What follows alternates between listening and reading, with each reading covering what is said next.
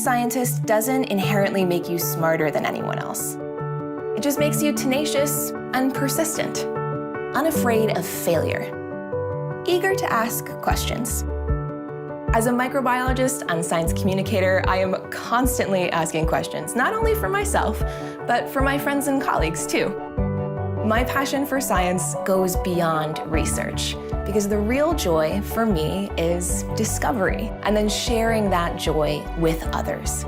Making science more accessible by breaking down barriers of assumption or stereotype, because there are a million ways to get your message across, to approach the unknown, or to solve for X and Y. One of the ways I communicate is through social media, where I can reach more people in more ways.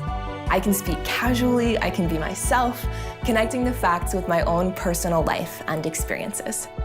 When I talk about what excites me, I know there's always at least one person who's excited about it too.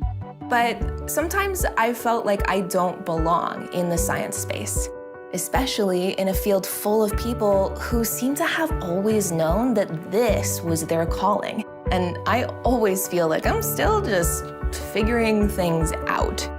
But I've realized that's kind of the whole point. And by focusing on who I am and what makes me happy, I'm not only a better student and a better scientist, but a better communicator. I may not fit what you'd expect of a scientist. Virology lab.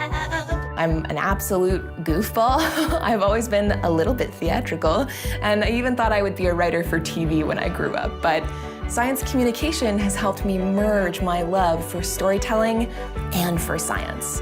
Because art and science are just two different ways of asking the same questions about the world and how things work. And I've learned along the way that you don't have to fit the mold of any career. Just keep doing what you love, and you'll end up exactly where you belong.